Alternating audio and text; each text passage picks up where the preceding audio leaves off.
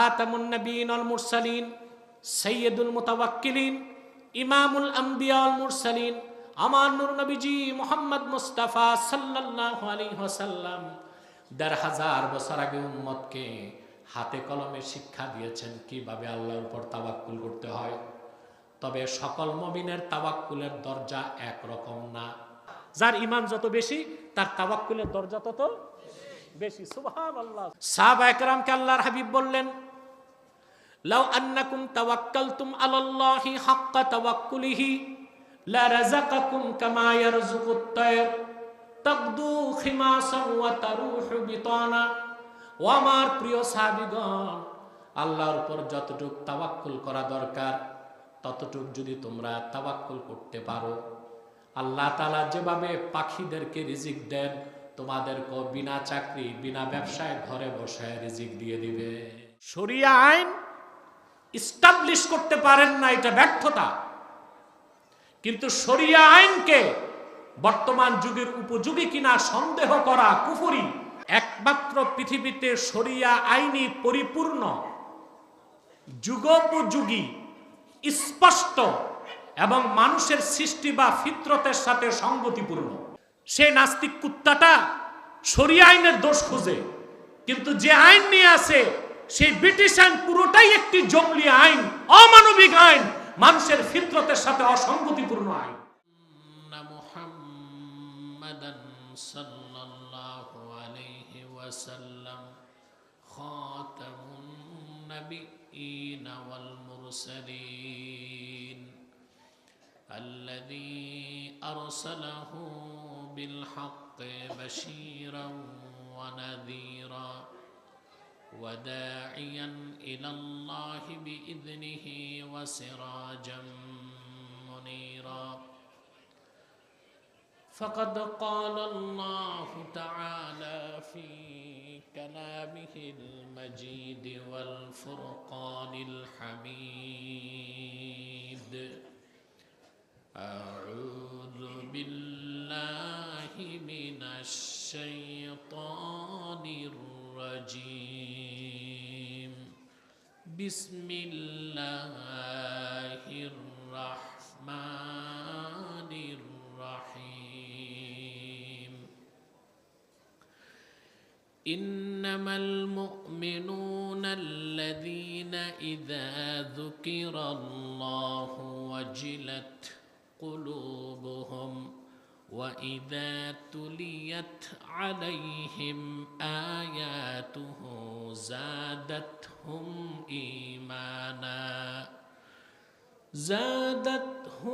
إيمانا وعلى ربهم يتوكلون الذين يقيمون الصلاة ومما رزقناهم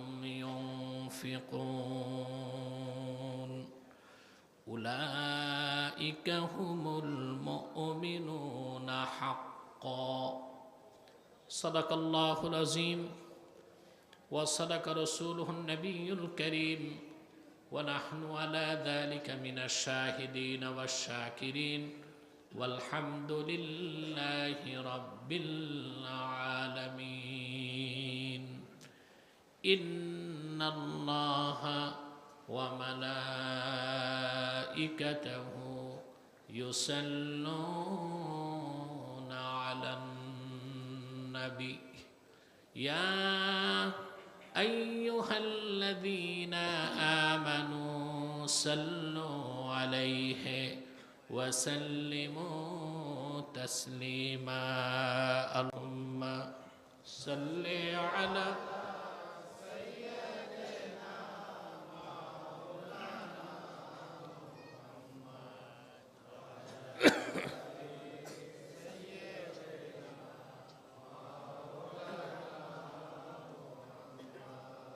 আপনারা দুরূদ শরীফ পড়তেছেন, আওয়াজ নাই, সমস্যা কি? কৃপণতা না অসুস্থতা? একটা তো সমস্যা আছে। কৃপণতা বর্জন করে হৃদয়ের গভীর থেকে সমস্বরে পড়ুন আল্লাহুম্মা সাল্লি আলা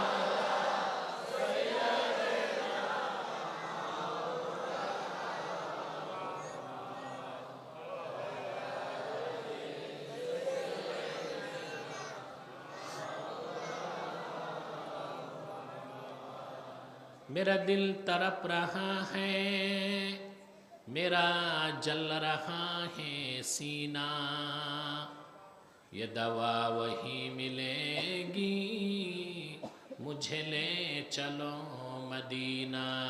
अल्लाहुम्मा सल्ले अला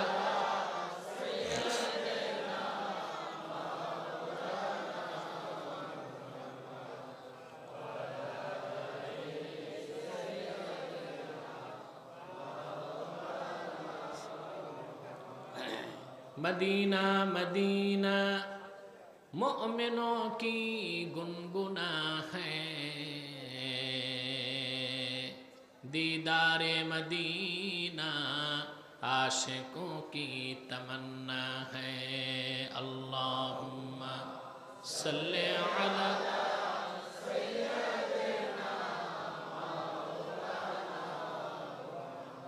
व अला आली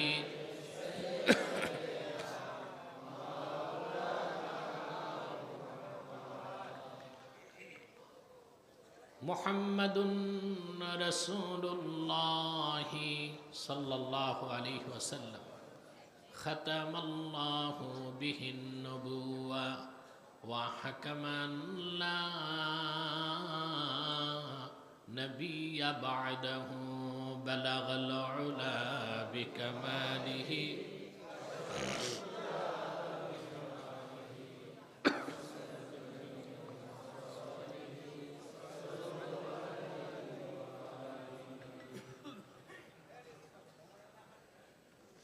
এনায়েতনগর জামে মসজিদ ও এলাকাবাসীর উদ্যোগে আয়োজিত ষষ্ঠ বার্ষিক তাফসীরুল কোরআন মাহফিলের সম্মানিত সভাপতি আলহাজ বিল্লাল হোসেন,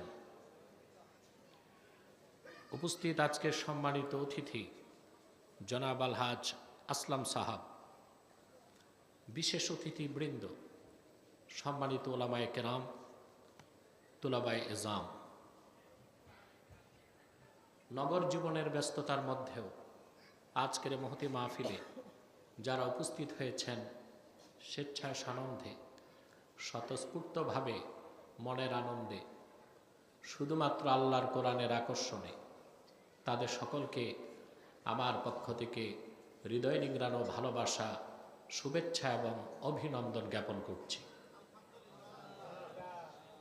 সবটুকুন শুকরিয়া আল্লাহ তাআলার জন্যে, যিনি আজকের বরকতপূর্ণ মাহফিলে আমাদেরকে আসার ও বসার তৌফিক মেহেরবানি করে ভিক্ষা দান করেছেন। সেজন্য আসুন আমরা সকলে একবার অবনত চিত্তে হৃদয়ের আবেগ অনুভূতি উজাড় করে সমবেত কণ্ঠে বলি আলহামদুলিল্লাহ। অগণিত অসংখ্য দরুদ ও সালাম আল্লাহর সৃষ্টির প্রধান আকর্ষণ, বিশ্বসভার সভাপতি, সকল নবী রাসূলগণের মাথার তাজ, শামসুল হিদায়াত, বদরুদ্দুজা, সৈয়দুস সাকালাইন, ইমামুল মুরসালিন, খাতামুন নবিয়্যিন ওয়াল মুরসালিন, আফতাবে নবুওয়াত, শাহনশাহে রিসালাত, সরকারে দো জাহাঁ, সুলতানুল মদিনা, নবিয়ুল আম্বিয়া, হুজুরে আকরাম, নূরে মুজাসসাম, নূরুন আলা নূর, সৈয়দিনা হাবিবিনা শফিঈনা মাওলানা মুহাম্মদ সাল্লাল্লাহু আলাইহি ওয়াসাল্লামার উপর আল্লাহ পাক যাকে আজ থেকে ১৫০০ বছর আগে প্রেরণ করেছেন সর্বশ্রেষ্ঠ ও সর্বশেষ নবী ও রাসূল হিসেবে, যার পরে আজ পর্যন্ত পৃথিবীতে অবশ্যই কোনো প্রকার নবী কিংবা রাসূল অবশ্যই আসে নাই, অবশ্যই এখনো নাই, অবশ্যই কিয়ামত পর্যন্ত আসবে না। প্রিয় বন্ধুগণ, ক্রমাগত কয়েকদিন ঝড় তুফান বৃষ্টি বাদল আমরা দেখেছি। আজকে আল্লাহ সুযোগ করে দিলেন, মাহফিল হচ্ছে।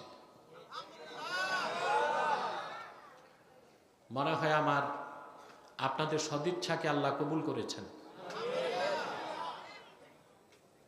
সেজন্য আমাদের বেশি বেশি আল্লাহ তাআলার কৃতজ্ঞতা শুকরিয়া আদায় করা উচিত। সে সন্ধ্যা থেকে বক্তব্য শুনে আসছেন। আমি সূরা আনফাল থেকে কয়েকটি আয়াত তেলাওয়াত করেছি। প্রকৃত মুমিন কারা, প্রকৃত ঈমানদার কারা, তাদের কিছু বৈশিষ্ট্য আল্লাহ তাআলা এই কয়েকটি আয়াতের মধ্যে তুলে ধরেছেন। আমরাও প্রতিটি মানুষ চাই খাঁটি মুমিন এবং পরিপূর্ণ সৎকর্মশীল হতে। এটা আমাদের ইচ্ছা, সদিচ্ছা, সাধনা, ব্রত, ঠিক কিনা? এই কথাগুলো আমরা শুনবো ইনশাআল্লাহ। ভূমিকাতে একটি কথাই বলবো,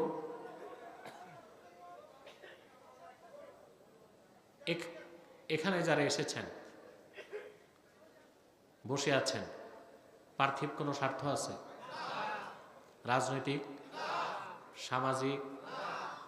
একমাত্র এসেছি আল্লাহ তার হাবিবের সন্তুষ্টি অর্জন করতে। এই যে ইলমে দ্বীন শিখার জন্য এসেছেন, আল্লাহ তাআলা আমাদের সগীরা গুনাহগুলো মাফ করে দিয়েছেন। এতে আমরা খুশি না বেজার? রইল কবিরা গুনাহ, এগুলোর কি হবে? প্রশ্ন আসে না? একটু পরই আমি আপনাদেরকে নিয়ে হাত তুলব, মুনাজাত করব, এককভাবে না সম্মিলিতভাবে। একক মুনাজাত কবুল হতেও পারে, নাও হতে পারে, কিন্তু রাসূলুল্লাহর উম্মত যদি একসাথে হাত তুলে আল্লাহ ফেরত দেন না, কবুল করে নেন। এ বিশ্বাস আছে? আমি একটা হাদিস শোনাচ্ছি।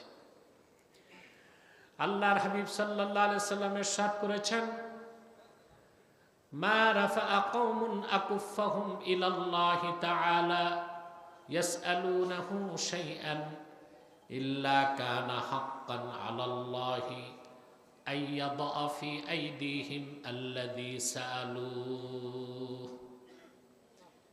আল্লাহর হাবিব ইরশাদ করেছেন, আমার উম্মতের কোনো একটি দল যদি হাত তুলে সম্মিলিতভাবে আল্লাহর কাছে কিছু চায়, আল্লাহর উপর হক হয়ে যায়, তারা যা চায় আল্লাহ তাদের হাতে তাই দিয়ে দেন।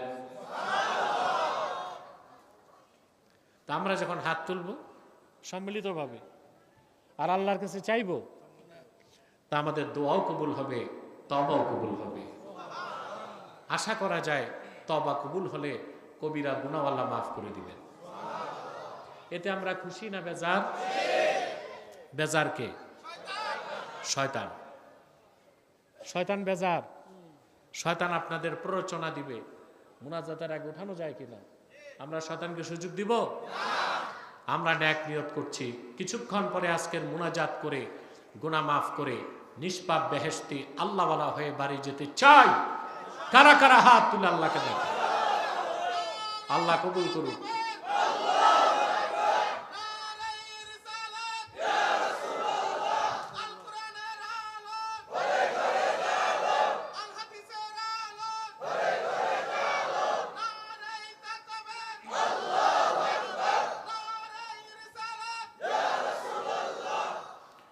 আল্লাহ কবুল করুক, আল্লাহ মঞ্জুর করুক। প্রিয় বন্ধুগণ, আসুন তিলাওয়াতের মাধ্যমে আলোচনায় প্রবেশ করি। আউযু বিল্লাহি মিনাশ শাইতানির রাজীম। বিসমিল্লাহির রাহমানির রাহিম। إنما المؤمنون الذين إذا ذكر الله وجلت قلوبهم وإذا تليت عليهم آياته زادتهم إيمانا وعلى ربهم يتوكلون। আল্লাহ তাআলা বলেন, প্রকৃত মুমিন তো তারাই, তাদের সামনে যখন আল্লাহর জিকির হয়, ওয়াজিলাত কুলুবুহুম আয় খাফাত কুলুবুহুম, আল্লাহর জিকিরের সাথে সাথে তাদের অন্তরসমূহ আল্লাহর ভয়তে ভীত সন্ত্রস্ত হয়ে যায়, গলে যায়। সুবহানাল্লাহ। ওয়া ইযা তুলিয়াত আলাইহিম আয়াতুহু, আর তাদের সামনে যখন আল্লাহর কোরআনের আয়াত তেলাওয়াত হয়, জাদাতহুম ঈমানা, কোরআনের তেলাওয়াত তাদের ঈমানকে বৃদ্ধি করে। ওয়া আলা রাব্বিহিম ইয়াতাওয়াক্কালুন, আর তারা তাদের রব মহান আল্লাহর উপর তাওয়াক্কুল করে, ভরসা রাখে, নির্ভর করে। বলেন সুবহানাল্লাহ। الذين يقيمون الصلاة ومما رزقناهم ينفقون, এবং যারা 5 ওয়াক্ত নামাজ আদায় করে, অমিম্মা রাযাকনাহুম ইউনফিকুন আই মিম্মা আ'তাইনাহুম ইয়াতাসাদ্দাকুন, আর আমি যা রিজিক হিসেবে দান করেছি তার থেকে তারা খরচ করে যাকাত দেয়। সুবহানাল্লাহ। উলাইকা হুমুল মুমিনুনা হাক্কান, আল্লাহ পাক বলেন তারাই প্রকৃত মুমিন, খাঁটি মুমিন। বলেন সুবহানাল্লাহ। ঈমানের দাবি করা এক বিষয়, আর ঈমানের দাবিতে সত্যবাদী হওয়া আরেক বিষয়। দাবি করা এক বিষয়, আর ঈমানের দাবিতে সত্যবাদী হওয়া আরেক বিষয়। ঈমানের দাবি করাটা মৌলিক বিষয় নয়, ঈমানের দাবিতে সত্যবাদী হওয়াটাই মৌলিক বিষয়। আল্লাহ পাক বলেন, ইন্নামাল মুমিনুনা আল্লাযীনা আমানু বিল্লাহি ওয়া রাসূলিহি থুম্মা লাম ইয়ারতাবু وجاهدوا بأموالهم وأنفسهم في سبيل الله أولئك هم الصادقون। আল্লাহ রাব্বুল আলামিন বলেন, প্রকৃত মুমিন তো তারাই যারা ঈমান এনেছে মহান আল্লাহর উপর, ঈমান এনেছে আল্লাহর রাসূল নবীগণের মাথার তাজ মুহাম্মদ সাল্লাল্লাহু আলাইহি ওয়াসাল্লামের উপর, থুম্মা লাম ইয়ারতাবু, অতঃপর ঈমান ও ইসলামের কোন একটা বিষয়কে সন্দেহ করল না। বলেন সুবহানাল্লাহ। ঈমান আনলেন, ইসলামের কোন বিষয়ে যদি সন্দেহ থাকে, আপনি কি মুসলিম? মুমিন বলা যাবে? কথা বলেন। আল্লাহ পাক বলেন, ঈমান আনলো আল্লাহর উপর, তার রাসূলের উপর, অতঃপর ন্যূনতম সন্দেহ পোষণ করলো না ঈমান ও ইসলামের কোন বিষয়। ওয়াজাহাদু বিআমওয়ালিহিম ওয়া আনফুসিহিম ফি সাবিলিল্লাহ, অতঃপর জিহাদ করলো জান ও মাল দিয়ে আল্লাহর পথে। উলাইকা হুমুস সাদিকুন, আল্লাহ বলেন তারাই ঈমানের দাবিতে সত্যবাদী। বলেন সুবহানাল্লাহ। ঈমানের মানদণ্ডে উত্তীর্ণ হবে যে মুমিন, একমাত্র সেই সফল। আপনার বিত্ত বৈভব আছে, জনসমর্থন আছে, কর্মী আছে, টাকা আছে, ফ্যাক্টরি আছে, সব আছে, ঈমান নাই, আপনার চেয়ে ভাগ্য বিপন্ন, ক্ষতিগ্রস্ত আর কেউ হতে পারে না। পারে? কোরআনে কারীম আল্লাহ রাব্বুল আলামিন বলেন, কুল হাল নুনাব্বিউকুম বিল আখসারিনা আ'মালা আল্লাযীনা দাল্লা সা'য়ুহুম ফিল হায়াতিদ দুনিয়া ওয়া হুম ইয়াহসাবুনা আন্নাহুম ইউহসিনুনা সুনআ।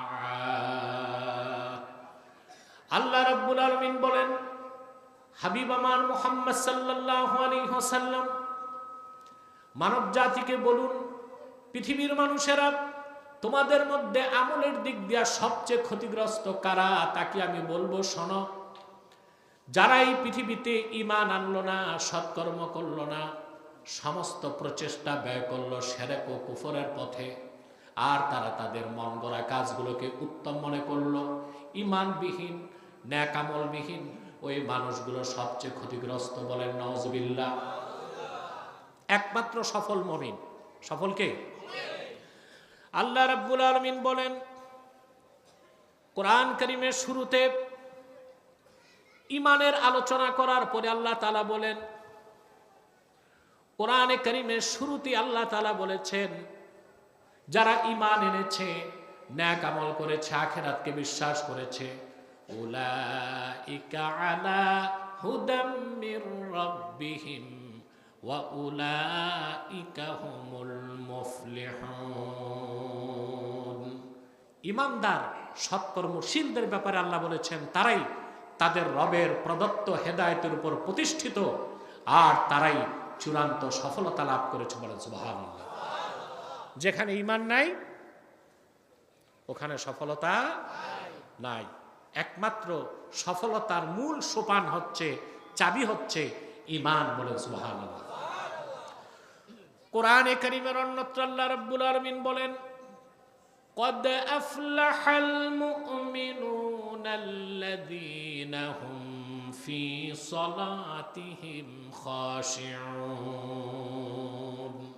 নিশ্চিতভাবে বিশ্বাসীগণ, মুমিনগণ, ঈমানদারগণ সফলতা লাভ করেছে। বলেন সুবহানাল্লাহ। এই সূরার শেষে আবার তিনি বলছেন, وَمَن يَدْعُ مَعَ اللَّهِ إِلَٰهًا آخَرَ لَا بُرْهَانَ لَهُ بِهِ فَإِنَّمَا حِسَابُهُ عِندَ رَبِّهِ إِنَّهُ لَا يُفْلِحُ الْكَافِرُونَ। সূরা মুমিনুনের শুরুতে বললেন কদ আফলাহাল মুমিনুন, মুমিনগণ নিশ্চিত সফলতা লাভ করেছে।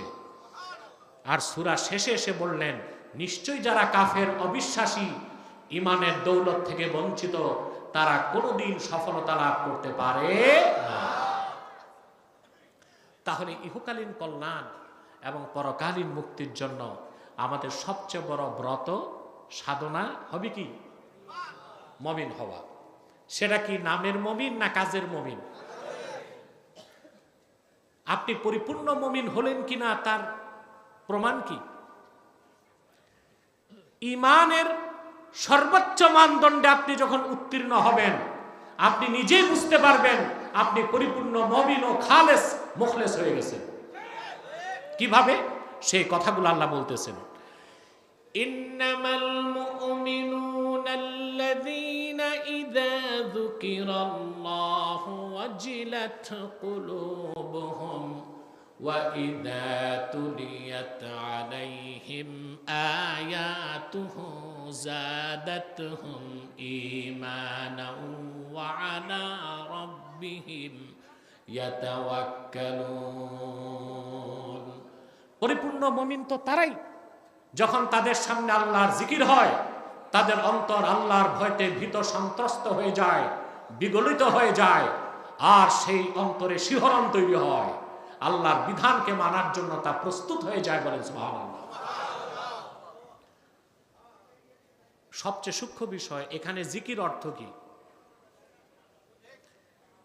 আমরা বাঙালি জিকির বুঝি না। আমরা মনে করি সকাল সন্ধ্যা একটু জিকির করলাম, সকালে 10 মিনিট, সন্ধ্যায় 10 মিনিট জিকির করলাম, জিকির হয়ে গেছে। সারাদিন সুদ খাইলাম, ঘুষ খাইলাম, চুরি চামারি করলাম, দুর্নীতি করলাম। আমরা জিকির এটা বুঝি।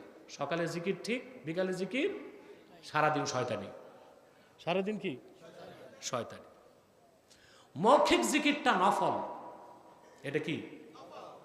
আল্লাহ শুধু মৌখিক জিকিরটাকে জিকির বলেন নাই, সালাতকে জিকির বলছেন, ঈমানকে জিকির বলছেন, কোরআনকেও জিকির বলেছেন। আল্লাহর বিধান আহকামে শারঈয়াকেও আল্লাহ তাআলা জিকির বলেছেন। সুবহানাল্লাহ। আল্লাহ রাব্বুল আলামিন বলেন, উতলু মা উহিয়া ইলাইকা মিনাল কিতাবি ওয়া আকিমিস সালাতা ইন্নাস সালাতা তানহা আনিল ফাহশাই ওয়াল মুনকার ওয়া লাযিকরুল্লাহি আকবার। সুবহানাল্লাহ। নামাজকে আল্লাহ জিকির বলছেন, এটা সবচেয়ে বড় জিকির। সবচেয়ে বড় জিকির কি? সালাত। ঈমানকে আল্লাহ জিকির বলছেন, ইমান কি কি বলছেন? জিক্র বলেছেন। যেমন কোরআন হচ্ছে ইমান, পুরা কোরআন বিশ্বাসটাই তো ইমান। এই কোরআনকে আল্লাহ জিকির বলেছেন। আল্লাহ রাব্বুল আলামিন বলেন, ওয়ামান আ'রাদা আন যিকরি ফাইন্না লাহু মাঈশাতান দানকা ওয়া নাহশুরুহু ইয়াওমাল কিয়ামাতি আ'মা। আল্লাহ পাক বলেন, ওয়ামান আ'রাদা আন যিকরি, যে আমার জিকির থেকে মুখ ফিরায় নিল। এখানে জিকির মানে কোরআন। এই কোরআন থেকে যে মুখ ফিরিয়ে নিল, আল্লাহ বলেন তার জন্য রয়েছে আমার কাছে একটি সংকুচিত রিজিক, আর কাল কিয়ামতের দিন তাকে আমি অন্ধ করে হাসরে উঠাবো। এই জিকির মানে কি? কোরআন। কোরআনকে আল্লাহ জিক্র বলেছেন। সকাল সন্ধ্যার জিকির যদি না করেন, ঈমান নষ্ট হবে না। কিন্তু আল্লাহর কোরআনের বিসমিল্লাহর বা থেকে মিনাল জিন্নাতি ওয়ান নাসে সিন পর্যন্ত কোন একটি বাক্যের, একটি শব্দের, একটি অক্ষরকে যদি অস্বীকার করেন, আপনি কাফের হয়ে যাবেন। পার্থক্য আছে। নফল জিকির আরেকটা জিকির কি? ঈমান। সুবহানাল্লাহ। আল্লাহ রাব্বুল আলামিন ঈমানকে জিকির বলেছেন, সালাতকে জিকির বলেছেন, কোরআনকে জিকির বলেছেন, তোয়াফকে জিকির বলেছেন, আরাফার ময়দানে উপস্থিতকেও জিকির বলেছেন, সাফা মারওয়ায় দৌড়ানোকেও জিকির বলেছেন, কোরআন তেলাওয়াত করাকে জিকির বলেছেন, কোরআন শোনাকেও জিকির বলেছেন, ওয়াজ করাকে জিকির বলেছেন, ওয়াজ শোনাকেও জিকির বলেছেন। আবার আল্লাহ তাআলা কাওয়ানিনে ইসলামী, আল্লাহর বিধানগুলোকে আল্লাহ রাব্বুল আলামিন জিকির বলেছেন। আল্লাহর বিধান বুঝেন? আহকামে শারঈয়া, শরঈ বিধান, শারঈ বিধান। কোরআন শরীফে এখানে যে আল্লাহ জিকির বলছেন, ইন্নামাল মুমিনুনা আল্লাযীনা ইযা যুকিরাল্লাহু ওয়াজিলাত কুলুবুহুম, এখানে জিকির অর্থ আল্লাহর বিধান। সুবহানাল্লাহ বলেন। জিকির অর্থ কি?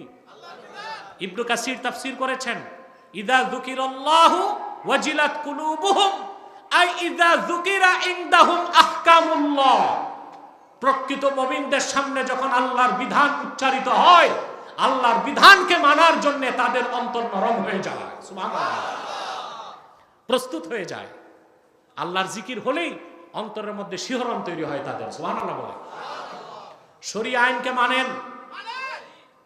শরীআ আইন কার আইন? শরীআ আইন বাস্তবায়ন করতে পারেন না, এটা ব্যর্থতা। কিন্তু শরীআ আইনের প্রতি সন্দেহ করা কুফরি। শরীআ আইন ইস্টাবলিশ করতে পারেন না, এটা ব্যর্থতা। কিন্তু শরীআ আইনকে বর্তমান যুগের উপযোগী কিনা সন্দেহ করা কুফরি। আমি খুব দুঃখ পেয়েছি, চাঁদপুরের এক সংসদ সদস্যের ছেলে, ওই সংসদ সদস্য নির্বাচনের আগে একটা ভুল করছিল। চাঁদপুর আমার স্টেজে এসেছে, হাত ধরে তিনি তওবা করছেন আমার কাছে। তিনি এখন পার্লামেন্ট মেম্বার।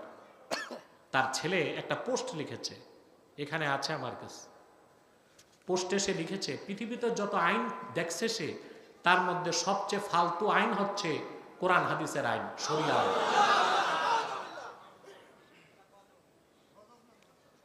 তারপরে সে চরম ধৃষ্টতা করেছে রাসূলুল্লাহর শানে। সে বলছে, নবী তো কোনো নাটকবাজ ছিলেন না যে এক এক সময় নামাজে এক এক জায়গায় তিনি হাত বাঁধতেন। শরীআ আইনকে অস্বীকার করছে, শরীআ আইনকে ফালতু আইন বলছে। রাসূলুল্লাহর আরশচুম্বী সম্মান মর্যাদার খেলাফ বক্তব্য দিয়েছে। আল্লাহর পবিত্র সত্তার কসম, ওই কুলাঙ্গার শয়তানটার কুফর হয়েছে, সে কাফের। মুরতাদ হিসেবে আমরা তার শাস্তি চাই রাষ্ট্রের কাছে। যদি রাষ্ট্র শাস্তি দিতে ব্যর্থ হয়, জনগণ আইন হাতে তুলে নিতে বাধ্য হবে।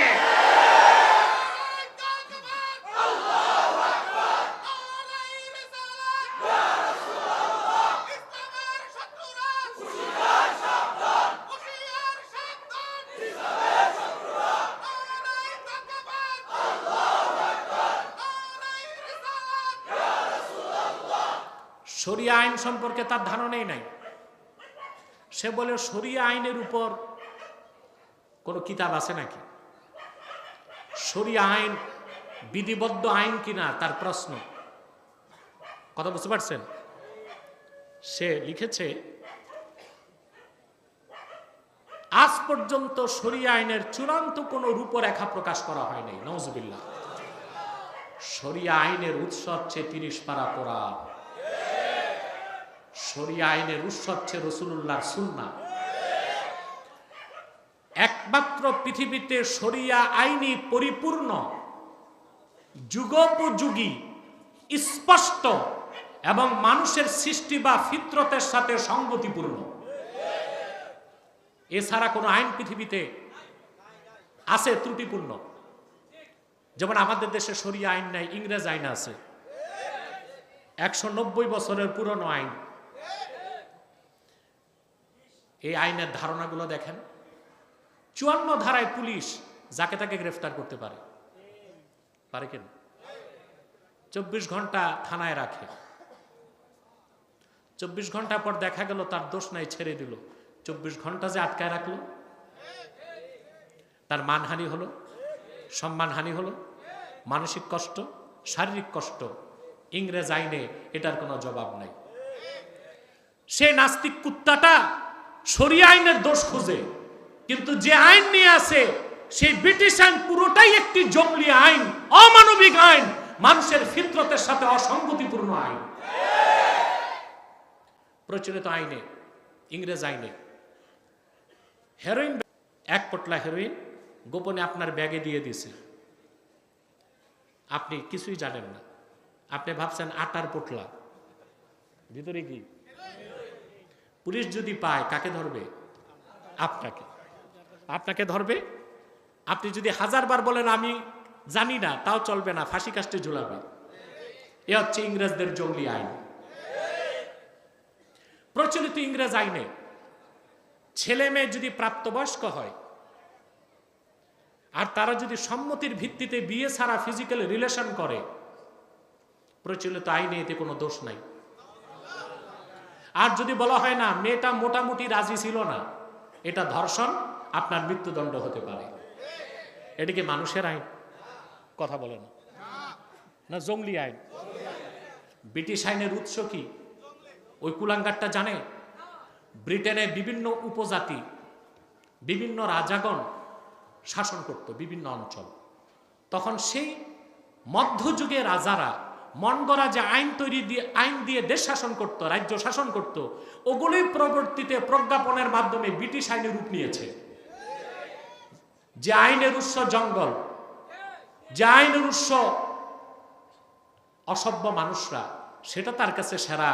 আর যে আইনের উৎস আল্লাহর কোরআন, সে শরিয়া আইনকে সে প্রশ্ন করে, এটা সে বুঝতে পারে না, এটা সম্পর্কে তার ধারণা নাই, সে শরিয়া আইনকে মানবে না, এটা তার ব্যক্তিগত বিষয়। আমরা তাকে কাফের মনে করি, কিন্তু শরিয়া আইনের দিকে আঙ্গুল তোলার কোনো সাহস তার নাই, অধিকার নাই। মেনে নিবেন? আমি সরকারকে বলবো অতি শীঘ্র আইনের আওতায় তাকে এনে উপযুক্ত শাস্তির ব্যবস্থা করতে হবে। শরিয়া আইন হচ্ছে পরিপূর্ণ আইন। ওর তো ধারণা নাই, পড়াশোনা নাই, তো কুয়ার ব্যাং। ও ইসলাম বুঝবে? আরে ভাই, চামচিকা দেখছেন? চামচিকা রাতে বের হয়, দিনে কেন? চামচিকাকে জিজ্ঞেস করার পর সে বলে আমার সূর্যের সাথে দুশ্মনী আছে। চামচিকার শত্রুতা কার সাথে? না সূর্যের আলো সহ্য হয় না। তো ওই জাহান্নামের কুকুরটা শরিয়া আইনকে সমালোচনা করছে। ইসলাম কত বড়, কত ব্যাপক, কত বিস্তৃত। রাসূলুল্লাহ রেখে যাওয়া ইসলাম মধ্যাহ্নের দিবাকর সূর্যের চেয়ে প্রখর। এটা বুঝার মতো ওর দিল নাই, চিন্তা করার মস্তিষ্ক নাই, দেখার মতো চক্ষু নাই, শোনার মতো কান নাই। সেজন্য সে শরিয়া আইনের বিধিবদ্ধ কোনো রূপরেখা দেখে নাই। শরিয়া আইনের উপর ১৫০০ বছর আগ থেকে আজ তক যত কিতাব লেখা হয়েছে, শত শত খণ্ড, ফতোয়া আলমগীরি, ফাতাওয়া কাজী খান, ফাতাওয়া বাজ্জাজিয়া, দুররুল মুখতার, রাদ্দুল মুখতার, শত শত ফিকহ শাস্ত্র লেখা হয়েছে, ইসলামী আইনের ব্যাখ্যা সেখানে আছে। সুবহানাল্লাহ বলে। ইসলামী আইন দিয়া প্রায় 1300 বছর মুসলমানেরা বিশ্ব শাসন করেছে। 1917 সালে খেলাফতে ওসমানিয়ার অবসানের পর এই ইংরেজ আইন ঢুকছে। এই ইংরেজ আইন আর গণতন্ত্র যখন ঢুকলো, শুধু মুসলিম বিশ্ব নয়, সারা পৃথিবীর মুসলমান শুধু দেখলো অবিচার, সন্ত্রাস, রাহাজানি, খুন খারাপি, চুরি চামারি, লুণ্ঠন, দস্যুবৃত্তি, ডাকাতি। দেখেন না, সারা সভ্য দুনিয়া, পশ্চিমা সভ্য দুনিয়ার ধারক হচ্ছে আমেরিকা। যেই দেশ গণতন্ত্রের মডেল, 1776 সালে স্বাধীন হয়েছে সেই দেশ, গণতন্ত্রের বয়স 200 বছর পার হয়ে গেছে। কি গণতন্ত্রের সৌন্দর্য, বিউটি অফ ডেমোক্রেসি! সেই দেশের প্রেসিডেন্ট ভেনেজুয়েলার প্রেসিডেন্টকে রাতের অন্ধকারে বউসহ হাইজ্যাক করছে। এটা সভ্যতা? এটা কি অসভ্যতা? এটা হচ্ছে গণতন্ত্রের সৌন্দর্য, এটা হচ্ছে প্রচলিত আইনের উপকারিতা। আবার হামলা করছে ইরানে। ইরানে যায় দেখছে যে না, হাত পুড়ে গেছে, এখন চাচ্ছে সেফ এক্সিট, কিভাবে ওখান থেকে আসা যায়। এই পশ্চিমা সভ্যতা, তাদের যে আইন ও কানুন, গণতান্ত্রিক মতাদর্শ পশ্চিমা সভ্যতা ও আইন পৃথিবীর মানুষকে রক্ত উপহার দিয়েছে, যুদ্ধ উপহার দিয়েছে, সহিংসতা উপহার দিয়েছে, মানুষ হত্যাকে বৈধতা দিয়েছে। তারা আর কিছু দিতে পারেনি। পৃথিবীতে মুক্তি, কল্যাণ আসতে পারে শরিয়া আইনে। শরিয়া আইন সম্পর্কে তার ধারণা নাই। দ্বিতীয় পোস্টে সে লিখছে যে আমরা নামাজে এক একজন এক এক জায়গায় কেন হাত বাঁধি। মূর্খটা বুঝলো না, এটা হচ্ছে ইসলামের ব্যাপকতা। ইসলাম অপশন রাখছে। কি রাখছে? অপশন। শরিয়া আইনের প্রয়োগের ক্ষেত্র এটা না যে কোথায় হাত বাঁধবো। শরিয়া আইনের প্রয়োগ হচ্ছে কে নামাজ পড়লো, কে পড়লো না। যে নামাজ পড়লো না মুসলিম, তাকে শাস্তির আওতায় আনা, এটা শরিয়া আইনের কাজ।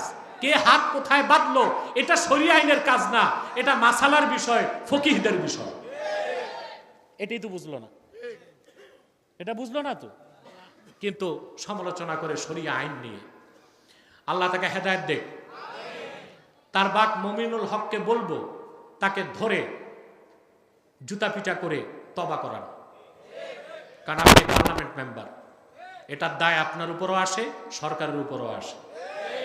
সে ইসলাম মানবে না, ওটা তার ব্যক্তিগত বিষয়, কিন্তু ইসলাম বিরোধী তার কোনো সুযোগ নাই। ঠিক কিনা? প্রিয় বন্ধুগণ, তাহলে আল্লাহর বিধানটাও কি? জিক্র। এটা কি? জিকির। আল্লাহর বিধান যখন উচ্চারিত হয় প্রকৃত মুমিনদের সামনে, তাদের অন্তর আল্লাহর বিধান মানার জন্য বিগলিত হয়ে যায়। সুবহানাল্লাহ। তারপরে আল্লাহ তাআলা বলেন, وَإِذَا تُلِيَتْ عَلَيْهِمْ آيَاتُهُ زَادَتْهُمْ إِيمَانًا। আর তাদের সামনে যখন কোরআনের আয়াত তেলাওয়াত হয়, কোরআনের তেলাওয়াত তাদের ঈমানকে বাড়ায় দেয়। এখন একটা প্রশ্ন আসে, ঈমান কি বাড়ে কমে? প্রশ্ন আসে। ইমামে মালিক, আহমদ বিন হাম্বল, ইমাম শাফি এবং যারা আহলুল হাদিস ছিলেন, তাদের সবার মতে, ইমাম বুখারীর মতে, ইন্নাল ঈমানা ইয়াজিদু ওয়া ইয়ানকুস, ঈমান বাড়ে, ঈমান কমে। ঈমান বাড়ে, ঈমান কমে। কিন্তু আমাদের মহান ইমাম আবু হানিফা রাহমাতুল্লাহ, তিনি বলেছেন ইন্নাল ঈমানা লা ইয়াজিদু ওয়া লা ইয়ানকুসু। ঈমান বাড়েও না, ঈমান কমেও না। দুই কথায় বৈপরীত্য হয় না? কথা বলেন। হয়? ইমাম আজম কি কোরআন শরীফের আয়াত পড়ে নাই? না পড়ছেন, আমাদের চেয়ে বেশি বুঝছেন। সুবহানাল্লাহ। ইমাম আবু হানিফা আল্লাহর কোরআনের গভীর থেকে গভীরে প্রবেশ করতে পেরেছিলেন। কত বেশি কোরআন তেলাওয়াত করতেন তিনি। ইবনে আবিদিন ইমাম হাসকাফি বলেন, ইমাম আজম আবু হানিফা প্রত্যেক রমজানে কোরআনের 60 খতম করতেন। কত খতম? কেন? এটার জবাবে মুহাক্কিকগণ বলেন, লাউহে মাহফুজের সম্পূর্ণ কোরআন একটা পৃষ্ঠায়, বিসমিল্লাহ থেকে মিনাল জিন্নাতি ওয়ান নাস, পুরাটা একটা পৃষ্ঠায়। লৌহে মাহফুজ থেকে কোরআন আল্লাহর হাবিবের কাছে এসেছে 23 বছরে। সুবহানাল্লাহ। তার রূপ নিয়েছে 30 পারায় 114টা সূরায়। ইমাম আজম এত বেশি কোরআন তেলাওয়াত করতেন যে সম্পূর্ণ কোরআন তার দৃষ্টিতে একটা পৃষ্ঠায় ছিল। কারণ তিনি সরাসরি কোরআন শরীফ থেকে, রাসূলুল্লাহর হাদিস থেকে মাসালা বের করতেন। কারণ তিনি ছিলেন মুজতাহিদ বিজাত মুতলাক আল্লাযী ইস্তাখরিজুল মাসাইলা মিন মুতুনিল কুরআনি ওয়াস সুন্নাহ। সরাসরি কোরআন দেখে, রাসূলুল্লাহর হাদিস দেখে মাসালা বের করতে যিনি পারেন, তিনি হচ্ছেন মুজতাহিদ বিজাত মুতলাক। এই গুণ ছিল ইমাম আজম আবু হানিফার। বলেন সুবহানাল্লাহ। তিনি বললেন ঈমান বাড়েও না কমেও না। বাকিরা বলেন ঈমান বাড়ে। দুই কথায় কোনো বৈপরীত্য নাই। ব্যাখ্যা হচ্ছে ইন্না আসলাল ঈমানে লা ইয়াজিদু ওয়া লা ইয়ানকুসু। ঈমানের মূল যেটা সেটা বাড়েও না কমেও না। ওয়ালাকিন্না নূরাল ঈমান ইয়াজিদু বিত-তাআতি ওয়া ইয়ানকুসু বিল মাসিয়া। কিন্তু ঈমানের নূরটা নেক আমল করলে বেড়ে যায়, গুনার কাজ করলে ঈমানের নূর কমে যায়। ঈমান বাড়ে না কমে না এটা ঠিক। ঈমানের মূলটা বাড়েও না কমেও না। ঈমান বাড়ে কমে এটাও ঠিক। সেটা কি? ঈমানের নূর বাড়ে। বান্দা যত নেক আমল করবে ঈমানের নূর তত বাড়তে থাকবে। বান্দা যত গুনার কাজ করবে ঈমানের নূর তত কমতে থাকবে। সুবহানাল্লাহ বলবেন। এটার চমৎকার ব্যাখ্যা দিয়েছেন শাহ ওলিউল্লাহ মুহাদ্দিস দেহলভী রাহমাতুল্লাহি আলাইহি হুজ্জাতুল্লাহিল বালেগায়। তিনি বলেন, একটা দৃষ্টান্ত দিয়েছেন তিনি প্রদীপের। আমি আপনাদেরকে বাংলাদেশের একটা দৃষ্টান্ত দিই। আপনারা হারিকেন দেখছেন? দেখছেন না? এখন তো হারিকেনের চল উঠে যাচ্ছে। 2-4-10 বছর পরে এই দেশে আর হারিকেনই থাকবে না, যেতে হবে জাদুঘরে। ঠিক কিনা? আমাদের উচিত বাংলাদেশের সংস্কৃতিগুলোকে কি করা? সংরক্ষণ করা। আমরা শুধু ব্যস্ত হয়ে গেছি পহেলা বৈশাখ নিয়ে। মনে হয় পহেলা বৈশাখ পালন করলাম, সংস্কৃতি রক্ষা হইল। ওখানে তো সংস্কৃতির নামে অপসংস্কৃতি ঢুকতেছে। এদেশের মানুষের চিরাচরিত যে অভ্যাস, দৈনন্দিন জীবনযাপন, ঠিক না? এগুলো সংস্কৃতি। এগুলো কি সংস্কৃতি? তা হারিকেন দেখছেন, সন্ধ্যার সময় আগুন ধরালেন, পুরা ঘর ফক ফক করতেছে। কিন্তু ফজর রাগ দিয়া দেখবেন আলো কমে গেছে, ঘরটা অন্ধকার। এটা হয়? জি হয়। কিন্তু আপনি সন্ধ্যায় যে আগুনটা ধরাইছেন, ফজর পর্যন্ত আগুন তাই থাকে। মূল আগুনটা বাড়েও না কমেও না। চিমনিটা কালো হয়ে গেছে, এই জন্য আলো কমে গেছে। চিমনি পরিষ্কার করলেন, আলো বেড়ে গেল। শাহ ওলিউল্লাহ মুহাদ্দিস দেহলভী এটাই ব্যাখ্যা করেছেন। মূল যে ঈমান তাসদিক বিল জানান, সেটা বাড়েও না কমেও না। কিন্তু বান্দা যখন নেক আমল করে তার হৃদয় পরিষ্কার হয়ে যায়, ঈমানের নূর ফুটে ওঠে। আর যখন সে গুনার কাজে লিপ্ত হয় তার অন্তরটা অপরিচ্ছন্ন হয়ে যায়, ঈমানের নূর কমে যায়। তাহলে কোরআন যত শুনবেন, কোরআনের ব্যাখ্যা যত শুনবেন, ঈমানের নূর তত বাড়তে থাকবে। ঠিক কিনা? এরপরে আল্লাহ তাআলা পরিপূর্ণ মুমিনদের ব্যাপারে বলেন, ওয়া আলা রাব্বিহিম ইয়াতাওয়াক্কালুন। আর তারা পূর্ণ মাত্রায় তাদের রবের উপর তাওয়াক্কুল করে। বলেন সুবহানাল্লাহ। আল্লাহর উপর ভরসা আছে আপনাদের? মুখে আছে? আরে ভাই, যতটুকু আল্লাহর উপর ভরসা রাখা দরকার তা যদি করতে পারতেন তো সকাল সন্ধ্যা ফেরেশতারা আমার আপনার সাথে মুসাফা করত। আমরা ওই স্তরে যেতে চেষ্টা তো করতে পারি। আল্লাহর উপর পরিপূর্ণ তাওয়াক্কুল না আসা পর্যন্ত আপনি পরিপূর্ণ মুমিন হতে পারেন না। আল্লাহ রাব্বুল আলামিন বলেন, কুল লা ইউসিবানা ইল্লা মা কাতাবাল্লাহু লানা হুয়া মাওলানা ওয়া আলাল্লাহি ফালইয়াতাওয়াক্কালিল মুমিনুন। আল্লাহ বলেন, হাবিব আমার আপনি বলুন, আল্লাহ যা লিখে দিয়েছেন তার বাইরে কোনো কিছু আমাদেরকে স্পর্শ করতে পারে না।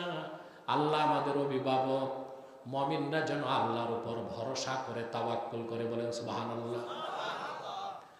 আল্লাহর উপর কিভাবে তাওয়াক্কুল করতে হয়? কোরআন শরীফে আল্লাহ তাআলা 25 জন পয়গম্বরের ইতিহাস তুলে ধরেছেন। কয়জন? নবীগণ বিপদের চরম মুহূর্তে কিভাবে আল্লাহর উপর তাওয়াক্কুল করতেন, আল্লাহ তার দৃষ্টান্ত কোরআনে দিয়েছেন। আমি কয়েকটা দৃষ্টান্ত দিচ্ছি। আল্লাহ তাআলা দৃষ্টান্ত দিয়েছেন মুসলিম জাতির জনক হযরত ইব্রাহিম খলিলের, বলেন সুবহানাল্লাহ। অগ্নিকুণ্ডের সামনে দাঁড়িয়ে তিনি আল্লাহর উপর তাওয়াক্কুল করছেন, সুবহানাল্লাহ। কাসাসুল কোরআনে ইবনু কাসির লেখেন, হযরত ইব্রাহিমকে যখন আগুনে দেওয়া হবে, আগুনের কুণ্ডলিতে আগুন জ্বলছে, প্রচন্ড উত্তাপ ছড়িয়ে গেছে, সামনে যাওয়া যায় না। নমরুদের রাষ্ট্রে এক প্রকৌশলী ছিল, তার নাম ছিল হুজান। কি নাম? সে নমরুদকে বলল, আমি একটা যন্ত্র বানাই দিতে পারি যার মাধ্যমে আপনি ইব্রাহিমকে আগুনে নিক্ষেপ করতে পারেন। বলে, বানাও। সে তৈরি করে দিল মিনজানিক, কাঠের কামান। কিসের কামান? আমাদের দেশের মৌলী সাহেবরা বলে চরক গাছ, এসব কথা কিতাবে নাই। মিনজানিক, যার বহু বচন মাজানিক, এটার অর্থ হচ্ছে কাঠের তৈরি কামান, নিক্ষেপক। তৈরি করা হলো। ইব্রাহিম আলাইহিস সালামের হাত পা বেঁধে কাঠের কামানের হাতলে তাকে বসায় দেওয়া হলো। আগুন দাউ দাউ করে জ্বলছে। তিনি জানেন নিশ্চিত মৃত্যু তার সামনে। আল্লাহ ইব্রাহিমের তাওয়াক্কুলের পরীক্ষা নিতে জিবরিলকে পাঠিয়ে দিয়েছেন। সুবহানাল্লাহ বলবেন না? আমাদের মনোযোগটা ঠিক আছে কিনা? আর অল্প সময়, আর কিছুক্ষণ পর ছেড়ে দেব ইনশাআল্লাহ। কষ্ট হবে না তো? মনোযোগ দিয়ে বসেন, কিছু খোরাক নিয়ে বাড়ি যাবার চেষ্টা করেন। আল্লাহ জিবরিল পাঠিয়ে দিয়েছেন। কাঠের কামান এখন ঘুরবে। জিবরিল আমিন এসে ইব্রাহিম খলিলের সামনে দাঁড়ায় বললেন, ইব্রাহিম, কিছুক্ষণ পরে আপনি আগুনের কুণ্ডলিতে চলে যাবেন। আমি আল্লাহর সবচেয়ে মুকাররাব ফেরেশতা, আমার নাম জিবরিল। আমার 600 পাখা আছে। একবার যদি ঝাপটা দেই, নমরুদের আগুন সহ তার সমস্ত রাজত্ব মাটির সঙ্গে মিশে যাবে।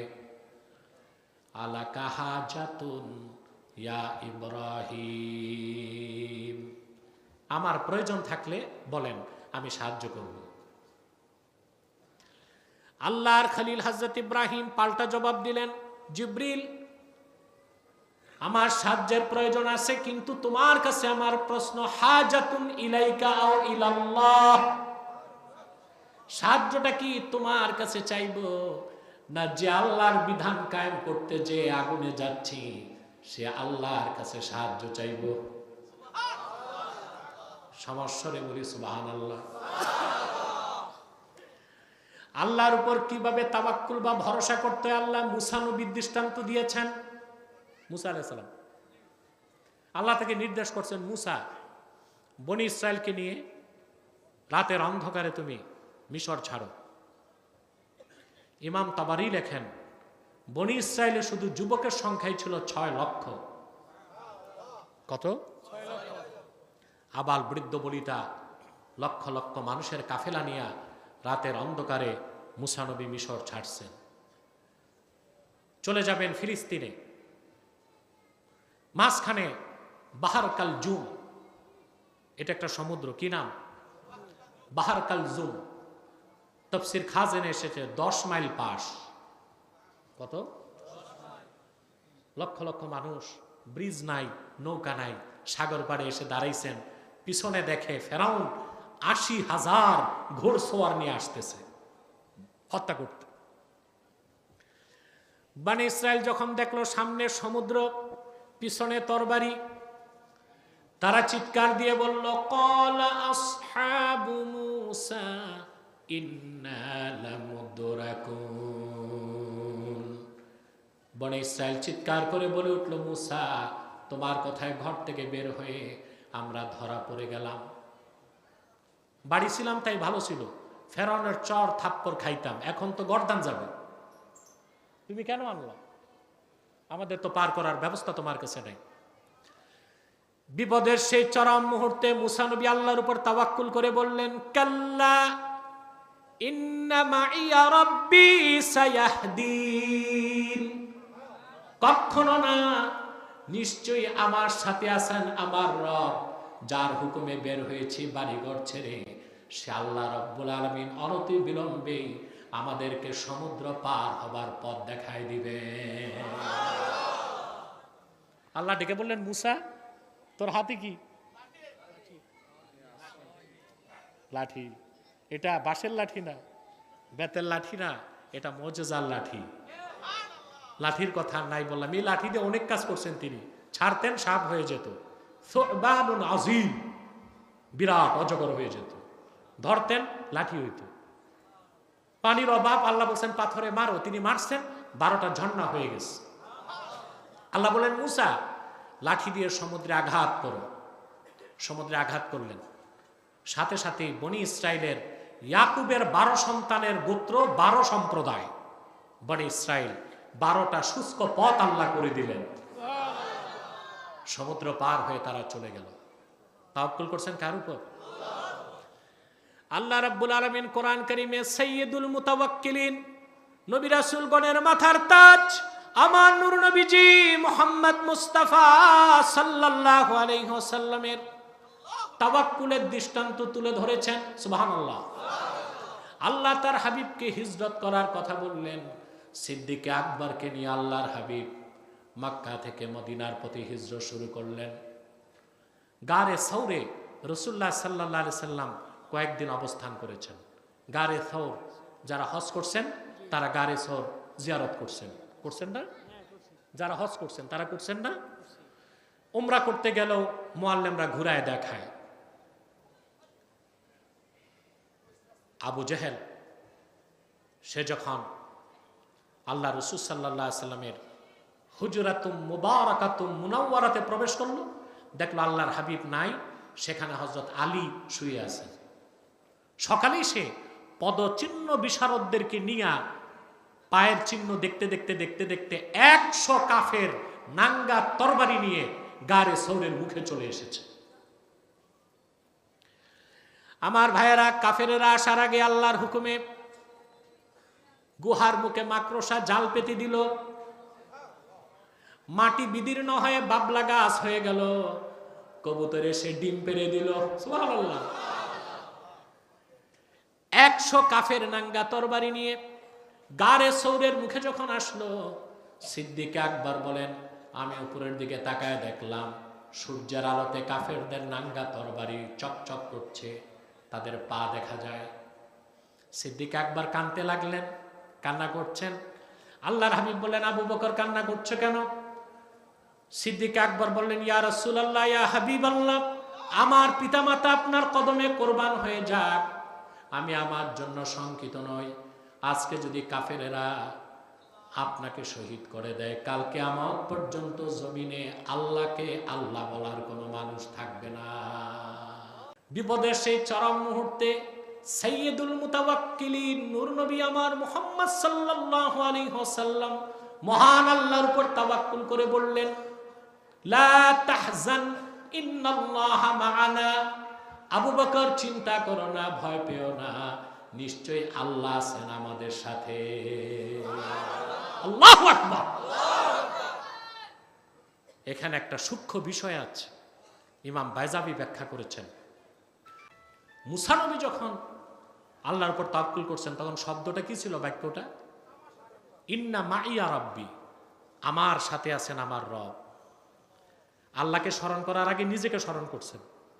কিন্তু আল্লাহর হাবিব সাল্লাল্লাহু আলাইহি সাল্লাম তাওয়াক্কুল যখন আল্লাহর উপর করেছেন, নিজেকে স্মরণ করার আগে, আবু বকরকে স্মরণ করার আগে আল্লাহকে স্মরণ করছেন। ইন্নাল্লাহা মা'ানা, নিশ্চয়ই আল্লাহ আছেন আমাদের সাথে। দুই কথার পার্থক্য আকাশ ও জমিনের পার্থক্য যত, বলেন সুবহানাল্লাহ। আমার ভাইয়েরা, খাতামুন নবিয়্যিন ওয়াল মুরসালিন, সাইয়্যিদুল মুতাওয়াক্কিলিন, ইমামুল আম্বিয়া ওয়াল মুরসালিন আমার নূর নবীজি মুহাম্মদ মুস্তাফা সাল্লাল্লাহু আলাইহি ওয়াসাল্লাম ১৫০০ বছর আগে উম্মতকে হাতে কলমে শিক্ষা দিয়েছেন কিভাবে আল্লাহর উপর তাওয়াক্কুল করতে হয়। তবে সকল মুমিনের তাওয়াক্কুলের দরজা একরকম না। একরকম? যার ঈমান যত বেশি তার তাওয়াক্কুলের দরজা তত বেশি। সুবহানাল্লাহ, সুবহানাল্লাহ। আবু দাউদ শরীফের হাদিস, এক সাহাবী রাসূলুল্লাহ সাল্লাল্লাহু আলাইহি ওয়াসাল্লামের কাছে আসলেন, এসে বলেন, ইয়া রাসূলুল্লাহ, ইয়া হাবিবাল্লাহ, আমি উট বাঁধি নাই, আল্লাহর উপর তাওয়াক্কুল করছি। আল্লাহর হাবিব বলছেন, আগে উট বাঁধো, তারপর তাওয়াক্কুল করো। এটা হচ্ছে তাওয়াক্কুলের কমন স্তর সবার। শুধু তাওয়াক্কুল করলে হবে না, চেষ্টাও লাগবে। আবার আল্লাহর হাবিব সাহাবায়ে কেরামকে গায়াত দরজার তাওয়াক্কুল, চূড়ান্ত স্তরের তাওয়াক্কুলের শিক্ষাও দিয়েছেন। আবু দাউদ শরীফের হাদিস, ইবনু মাজার হাদিস, বলবো? শুনবেন? মনে গেঁথে নিবেন?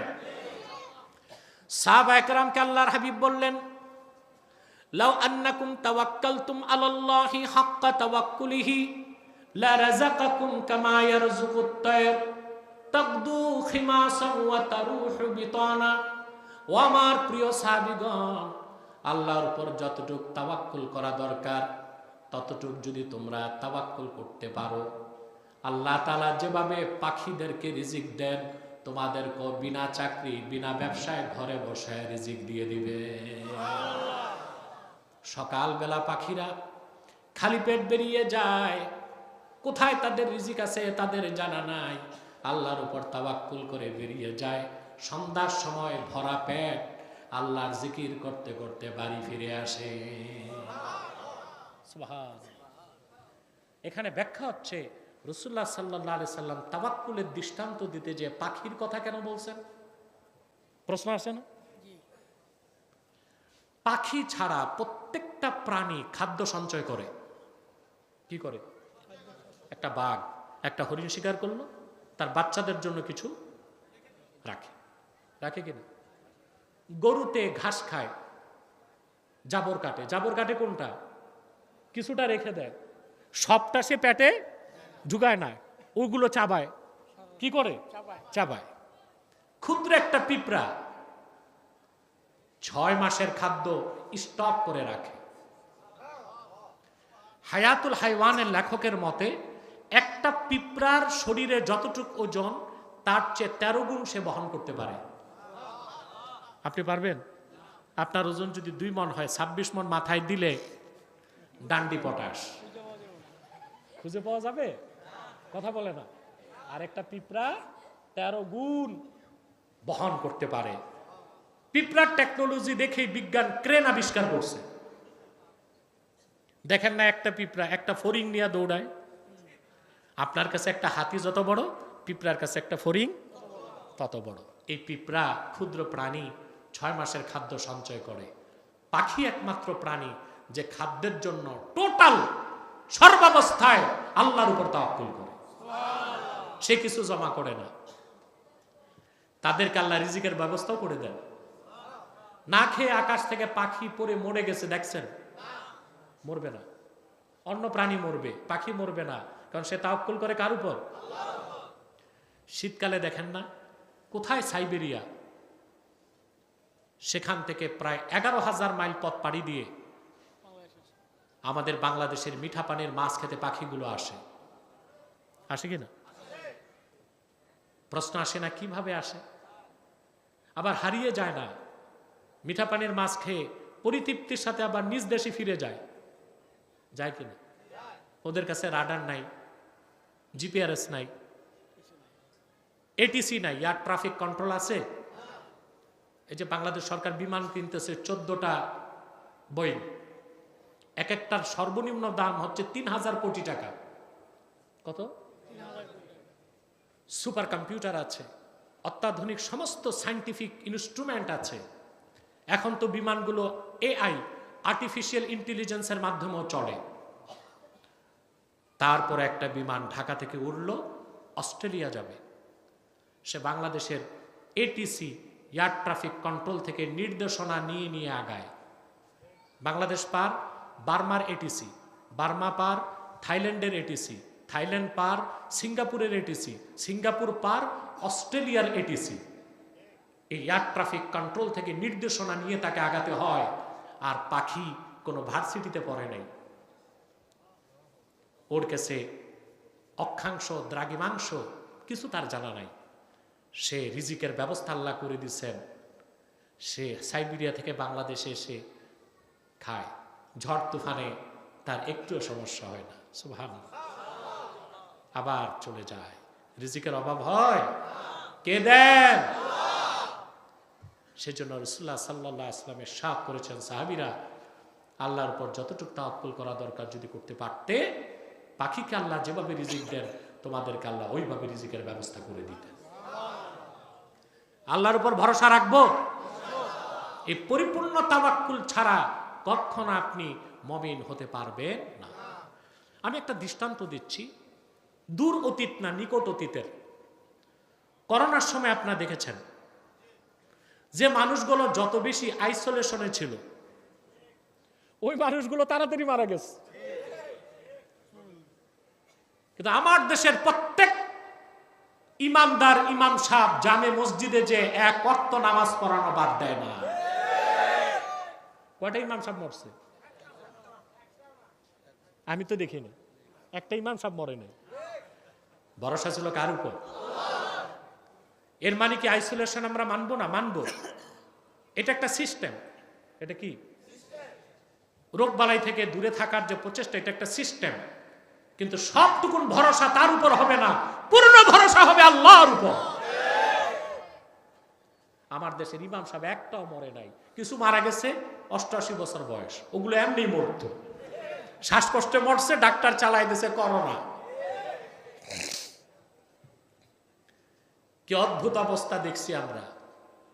মানুষ বের হইতো না, হসপিটালে গেলে ডাক্তাররা পিপি ড্রেস লাগাইতো, একটা না তিনটা, তারপরে ক্যাপ, মুখোশ। এই ড্রেস দেখলে ভৌতিক ড্রেস, মনে হতো ভিন গ্রহের কোনো মানুষ। করোনা থেকে বাঁচতে সব ছিদ্র বন্ধ করে ফেলতো, তারপরও করোনা ঢুকতো। কত ডাক্তার মারা গেছে, কত শিল্পপতি পুঁজিপতি মারা গেছে, যারা ঘরে মশা মাছিও ঢুকতে দেয় নাই। তাহলে সর্বাবস্থায় তাওয়াক্কুল কার উপর হবে? জোরে বলেন। আল্লাহ বলেছেন, ওয়া আলা রাব্বিহিম ইয়াতাওয়াক্কালুন, প্রকৃত মুমিনগণ পূর্ণ মাত্রায় আল্লাহর উপর ভরসা রাখে। বলেন সুবহানাল্লাহ। আর দুইটা বৈশিষ্ট্য বলে ফেলবো, আপনারা তো কথা বলছেন না। الذين يقيمون الصلاة ومما رزقناهم ينفقون। আর যে মানুষগুলো 5 ওয়াক্ত নামাজ আদায় করে, আর ওয়ামিম্মা রাযাকনাহুম ইউনফিকুন, আই ওয়ামিম্মা আ'তাইনাহুম ইয়াতাসাদ্দাকুন, আমি যা দান করছি তার থেকে খরচ করে। খরচের প্রথমটাই হচ্ছে যাকাত। প্রথম কি? যাকাতকে আবার চাঁদাবাজি মনে করেন নাকি? ঈমান থাকবে?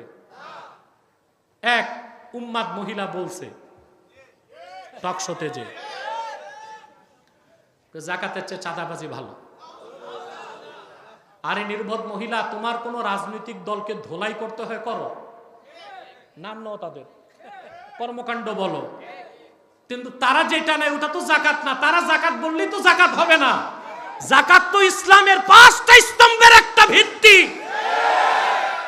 পরিষ্কার ফতোয়ার কিতাবে এসেছে, ইন্না ইস্তিগফাফাদ দ্বীনে কুফরুন, দ্বীন ইসলামকে খাটো করা বা দ্বীন ইসলামের মৌলিক কোন বিষয়কে খাটো করা কুফরি।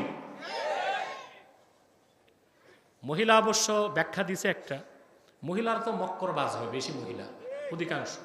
ইন্না কাইদা কুন্না আযীম, আল্লাহ বলছেন না? এদের সুর পাল্টাইতে টাইম লাগে না।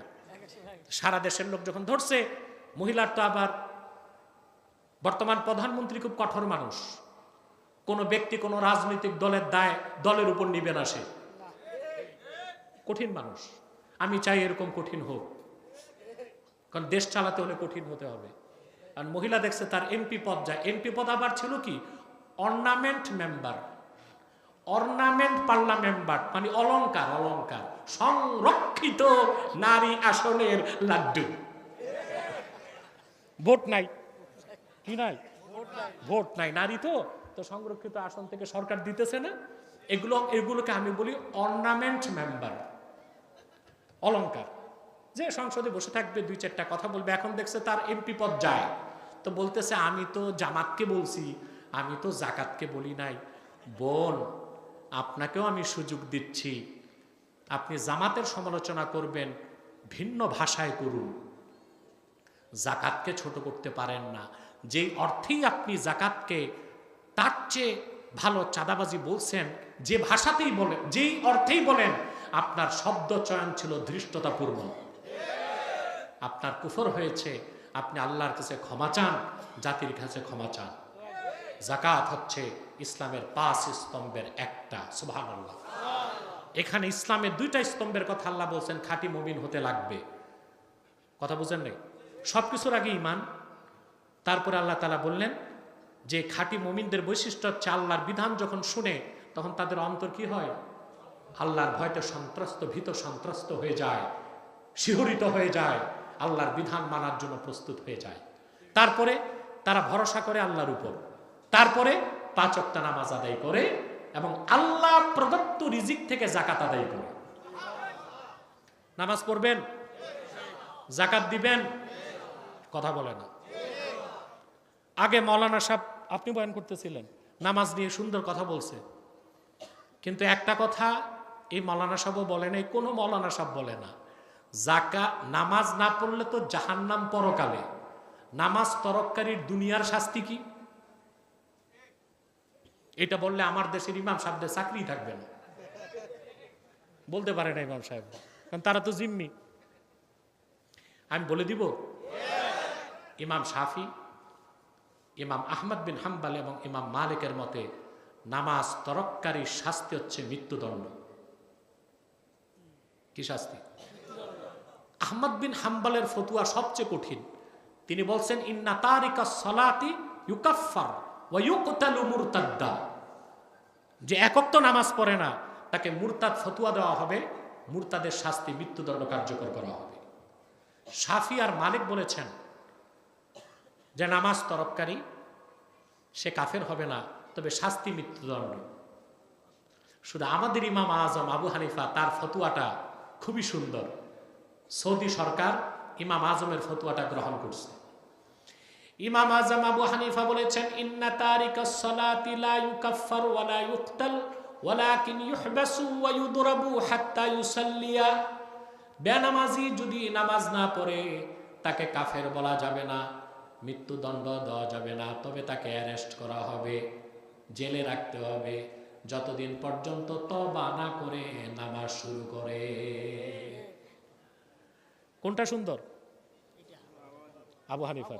এর জন্যই তো ইমাম আজম, এর জন্যই কি ইমাম আজম। আমাকে এই কথা শুনে এক সেমিনারে জাফরুল্লাহ চৌধুরী, বুদ্ধিজীবী, আমার কাছে তওবাও করছিল। সে দেখছেন না ডিবেটটা? জাফরুল্লাহ চৌধুরী আমাকে প্রশ্ন করে বসলো সেমিনারে যে নামাজ পড়বে না, এটা তার স্বাধীনতা, তো তাকে ব্যত্রাঘাত করার কি? আবার আমি মাইক নিয়ে জাফরুল্লাহকে উত্তর দিলাম, কোন হিন্দু, বৌদ্ধ, খ্রিস্টান, অমুসলিম যদি নামাজ না পড়ে মুসলিম রাষ্ট্রে, তাদের কোনো শাস্তি দেওয়া যাবে না, কারণ সে তো মুসলমানই না। কিন্তু কোন মুসলিম আল্লাহর তৌহিদকে বিশ্বাস করছে, সে নামাজ পড়তে বাধ্য। আমি উদাহরণ দিলাম সেনাবাহিনীর। কিসের? সেনাবাহিনী যখন ট্রেনিং করে, সামান্য ত্রুটি হলে বড় অফিসার স্কেল দিয়া পিটায়। পিটায় কিনা? আর বাইরের কাউকে ধরে পিটাবে? তুমি সেনাবাহিনীতে ঢুকছো, তোমাকে রুলস মানতে হবে, ট্রেনিং নিতে হবে, ট্রেনিং এ ব্যত্যয় ঘটলে কিছু খাইতেও হবে। অতএব তাওহীদে বিশ্বাসী মুসলমান, তাকে নামাজ পড়তেই হবে। ইসলামী রাষ্ট্রের দায়িত্ব হচ্ছে নামাজ প্রতিষ্ঠার জন্য যে মুসলিম, তাকে নামাজের জন্য শাসন করবে। জাফরুল্লাহ একেবারেই নমরুদ যেমন হতভম্ব হয়েছে, ওই রকম হতভম্ব হয়ে গেছে। এই লেকচারটাও দেখছেন কিনা, ডিবেট তো দেখছেন, এটা দেখছেন কিনা আমি জানি না। প্রিয় ভাইরা, নামাজ পড়বেন। বেনামাজির শাস্তি পরকালে জাহান্নাম, আর দুনিয়াতে অনেক শাস্তি। তার মধ্যে অন্যতম শাস্তি হচ্ছে শাসক তাকে বেত্রাঘাত করবে। 2 নাম্বার, বেনামাজি সাক্ষী কবুল হবে না। 3 নাম্বার, কোন আলেমে তাকি পরহেজগার আলেম বেনামাজির বাড়িতে তার খাওয়া দাওয়া করাও আদবের খেলাফ। এই ওয়াজ যদি ইমাম সাহেবরা করে চাকরি থাকে? রাগ করবেন না, অধিকাংশ মসজিদ, সব না, অধিকাংশ মসজিদ কমিটির সভাপতি বেনামাজি, সেক্রেটারি ঘুষখোর। সমস্যা তো এখানে। ঠিকটা ঠিক মতো কইলেন না। যেদিন আপনি মসজিদ কমিটি, পঞ্চায়েত কমিটি, সমাজ ও রাষ্ট্রের দায়িত্ব ইমানদার আর নামাজিরা পাবে, সনদ লাগবে না, সংবিধান লাগবে না, দেশ ভালো হয়ে যাবে। এখন বিতর্ক চলতেছে, সংস্কার হবে সংবিধান না সংশোধন হবে, চলতেছে না? কয়েক মাস চলে গেছে। আমি মনে করি একটা অপ্রয়োজনীয় ইস্যু। সংস্কার হোক, সংশোধন হোক, দেশ ভালো মতো চললেই হয়। কিন্তু সনদ আর সংবিধান সংস্কার করে কি হবে? মানুষের চরিত্রকে সংশোধন করেন। আপনি সনদ আর সংবিধান চেঞ্জ করে মানুষ ভালো করে ফেলবেন, তা কি সম্ভব? আচ্ছা ভাই, আইন দিয়া, ডান্ডা দিয়া পিটায় মানুষকে দমন করা যায়, মানুষ বানানো যায় না। চায়? আপনারা সংবিধান সংশোধন করে, সংস্কার করে কি করবেন? ইংল্যান্ডের চেয়ে ভালো সংবিধান করবেন। আমি 23 সালে ইংল্যান্ডে যখন গেলাম সফরে, তা আমার ভক্তরা আমাকে নিয়ে গেল ট্যামস নদী ঘুরতে। ট্যামস, ওখানে ব্রিজ আছে একটা, দেখছেন না আপনারা ছবিতে? হ্যাঁ, তো দিনে তো বের হই না, প্রোগ্রাম থাকে, ভক্তবৃন্দ থাকে, কিছু মানুষ চিনেও ফেলে। তো রাত 2টায় বের হলাম, নিরিবিলি একটু ঘুরে আসি। তা আমি যখন ট্যামস ব্রিজ উঠতেছি, গাড়ি থেকে নামলাম, দেখি গাড়ির ভাঙ্গা কাচ পড়ে আছে, মদের বোতল ভাঙ্গা পড়ে আছে, কিছু উচ্ছৃঙ্খল মানুষ মাতলামি করতেছে। আমি বললাম, এরা কারা? বলে, এরা সব ড্রাগ অ্যাডিক্টেড, এরা মদ পান করেছে অতিরিক্ত, এই জন্য বমি করতেছে, উৎপাত করতেছে, মদের বোতল ভাঙতেছে। আমি বলছি, পুলিশ ধরে না? বলে, কি ধরবে, শাস্তি আছে, তারপরও করতেছে। তারা এটাও বলল, মদ পান করে রাতের বেলা লন্ডনের মতো শহরে মাতাল মানুষ গাড়ির গ্লাস ভেঙ্গে মোবাইল চুরি করে। আমি বলছি, এইরকম কর্মকাণ্ড বাংলাদেশের গুলিস্তানও হয় না। আমার দেশের মানুষ খারাপ, এত খারাপ হয় নাই। পকেট থেকে 2 আঙ্গুল দিয়ে উঠায় মোবাইল, কিন্তু গাড়ির গ্লাস ভেঙ্গে মোবাইল চুরির মতো একটা চোর বাংলাদেশে আছে বলে আমার মনে হয় না। তো কোথায়? আইন দিয়া কি করছে? আইন দিয়া মানুষকে মানুষ বানানো যায় না, আইন দিয়া মানুষকে দমন করা যায়। মানুষকে মানুষ বানাতে কোরআন লাগবে। মানুষ ইমানদার হবে, নামাজি হবে, সৎকর্মশীল হবে, সে নিজেই গুনার কাজ ছেড়ে দিবে। তা আমরা নামাজ পড়বো তো ইনশাল্লাহ, 5 ওয়াক্ত পড়বো না ইনশাল্লাহ? আহমদ বিন হাম্বলের ফতুয়া যদি সঠিক হয়ে যায়, তাহলে বেনামাজিকে তো আর মুসলমান বলারই সুযোগ নাই। যদিও আমাদের ইমাম আজমের ফতুয়াই আসাহ, সবচেয়ে সহিহ, ঠিক কিনা? তাহলে আমরা পরিপূর্ণ মুসলিম মুমিন হতে চাই, 5 ওয়াক্ত নামাজ পড়বো। কে কে হাত তুলে দেখা? ইয়া আল্লাহ, ওয়াদা করছি আজ থেকে 5 ওয়াক্ত নামাজ জামাতের সাথে আদা করব। যদি ছুটে যায় তাৎক্ষণিক তওবা করে কাজা হিসেবে আদায় করব। নামাজের নিয়তটা করলাম তো ভাই? সবাই সবাই সবাই আল্লাহ কবুল করুন। 2, যাকাত। অমিম্মা রাযাকনাহুম ইউনফিকুন। এখানে একটা সূক্ষ্ম বিষয় আছে। আল্লাহ বলছেন, অমিম্মা রাযাকনাহুম আই আ'তাইনাহুম ইউনফিকুন আই ইয়াতাসাদ্দাকুন। আমি যা দান করছি তার থেকে খরচ করে। তার মানে খরচটা হইতে হবে হালাল পয়সা থেকে। কিসের থেকে? আপনি হারাম কামাই করতেছেন, কোটি কোটি টাকা, রমজান মাসে 10,000 শাড়ি বিতরণ করছেন, হবে যাকাত? হবে? কবুল হবে? যাকাত কম হোক বেশি হোক, সদকা কম হোক বেশি হোক, হালাল থেকে হতে হবে। কিসের থেকে? আমার ভাইয়েরা, শুধুমাত্র যাকাত দেওয়াই আল্লাহর পথে খরচ নয়। যাকাত দেওয়া আল্লাহর পথে খরচ, তবে ফরজ। সদকা দেওয়া আল্লাহর জন্যে, আল্লাহর পথে খরচ, তবে ওয়াজিব, ঠিক কিনা? বাকি যে কোনো সময় অভাবগ্রস্ত মানুষের অভাব পূরণ করা, অসুস্থকে স্বাস্থ্য সেবা দেওয়া, ওষুধ নাই যার তারে ওষুধ দেওয়া, যার ঘরে চাল নাই চাল দেওয়া, যার মেয়ে বিয়ে হয় না বিয়ের ব্যবস্থা করে দেওয়া, যে কোনো মুসলমানের প্রয়োজনে আর্থিক, নৈতিক, দৈহিক সাহায্য করা, সবটাই আল্লাহর পথে খরচ বলে গণ্য হয়ে যাবে। সুবহানাল্লাহ। মানুষকে উপকার করতে শুধু নগদ দিতে হয়? কথা বলে না। একজন বয়স্ক মানুষ হাঁটতে পারছে না, আপনি তার হাতটা ধরে সহযোগিতা করুন। একটা মানুষ চালের বোঝা নিতে পারছে না, আপনি উঠায় দেন। হাদিস শরীফে এসেছে, কেউ যদি কোনো মুসলমানকে দেখে মুচকি হাসি দেয়, এতেও আল্লাহ সদকার সওয়াব দিয়ে দিবে। শুধু তাই না, সহিহ বুখারীর হাদিস, আল্লাহর হাবিব সাল্লাল্লাহু আলাইহি ওয়াসাল্লাম সাহাবীকে বললেন, সাহাবী, তুমি যদি আল্লাহর সন্তুষ্টির জন্য তোমার স্ত্রীর মুখে খাদ্যের লোকমা উঠায় দাও, তাবতাগি বিহা ওয়াজহাল্লাহ, স্ত্রীর মুখে খাদ্য তুলে দেবার বিনিময়ে তুমি যদি সওয়াবের আশা করো, আল্লাহর সন্তুষ্টি চাও, আপন স্ত্রীর মুখে খাদ্য তুলে দেবার এই আমলটাকেও আল্লাহ পাক ইনফাক ফি সাবিলিল্লাহ, আল্লাহর পথে খরচের সওয়াব বলে লিখে দিবে। খাওয়ালেন নিজের বউকে, তাকে খাওয়াই দিলেন, এটা ভালো কাজ না? কথা বলে না। অভ্যাস আছে? নিজের স্ত্রীকে নিজ হাতে খাওয়াই দিবেন, এতে আপনার প্রতি তার শ্রদ্ধা বেড়ে যাবে, শ্রদ্ধা বেড়ে যাবে, ভালোবাসার সম্পর্ক গাঢ় হবে। এমনিতেই বাংলাদেশে এখন ক্যান্সারের মতো ছড়ায় গেছে পরকীয়া, ঠিক কিনা? স্বামী একদিক, বউ আরেকদিক। এটা সবচেয়ে ক্ষতি করছে মোবাইল। কোনটা? আমার দৃষ্টিতে এই মোবাইল স্ত্রীকে দিল, ফেসবুক চালু করতে দেওয়া উচিত না, ঠিক কিনা? বিশেষ করে প্রবাসীরা এটা খেয়াল রাখবেন।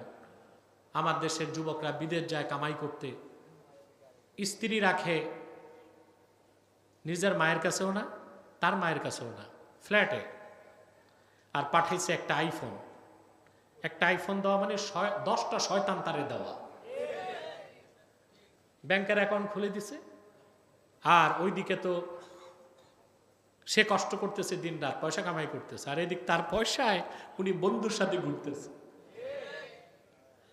দেশে আসার পর দেখে হয়েছে সর্বনাশ, ব্যাংকের অ্যাকাউন্টও খালি, ঘরের বিছানাও খালি, তল্পি তল্পা নিয়ে ভাগছে। এর জন্য আপনিও দায়ী, শুধু মেয়েটা দায়ী না। আপনি বিদেশ গেছেন, 10 বছরে আসবেন না, তো বিয়ে করে বিদেশ যাওয়ার দরকার কি? তার যে সেক্সুয়াল ডিমান্ড, সেটা তো পূরণ করতে হবে, হবে কিনা? সেই জন্য প্রত্যেক প্রবাসীকে আমি নির্দেশ দিয়ে থাকি, বলে থাকি, 1 বছর পর আসা, না হলে অন্তত 2 বছর পর দেশে আসা, কয়েক মাস স্ত্রীর পরিজন, সন্তানকে সময় দেওয়া উচিত।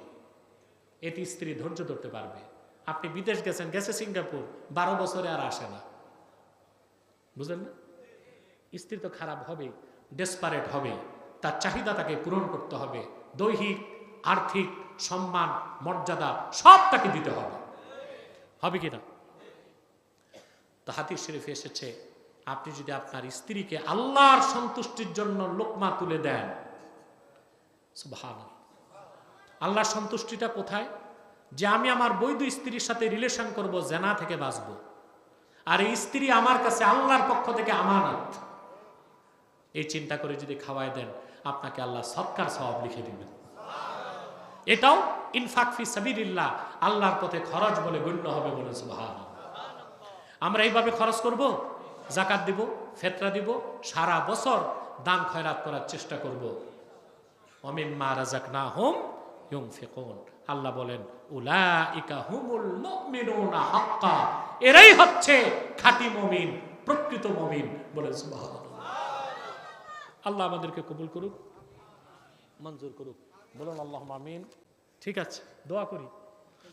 আলহামদুলিল্লাহি রাব্বিল আলামিন, ওয়াল আকিবাতু লিল মুত্তাকিন, ওয়াস সালাতু ওয়াস সালামু আলা নাবিয়িনা ওয়া নাবিয়িল আম্বিয়া মুহাম্মাদিন সাল্লাল্লাহু আলাইহি ওয়াসাল্লাম রাহমাতিল লিল আলামিন।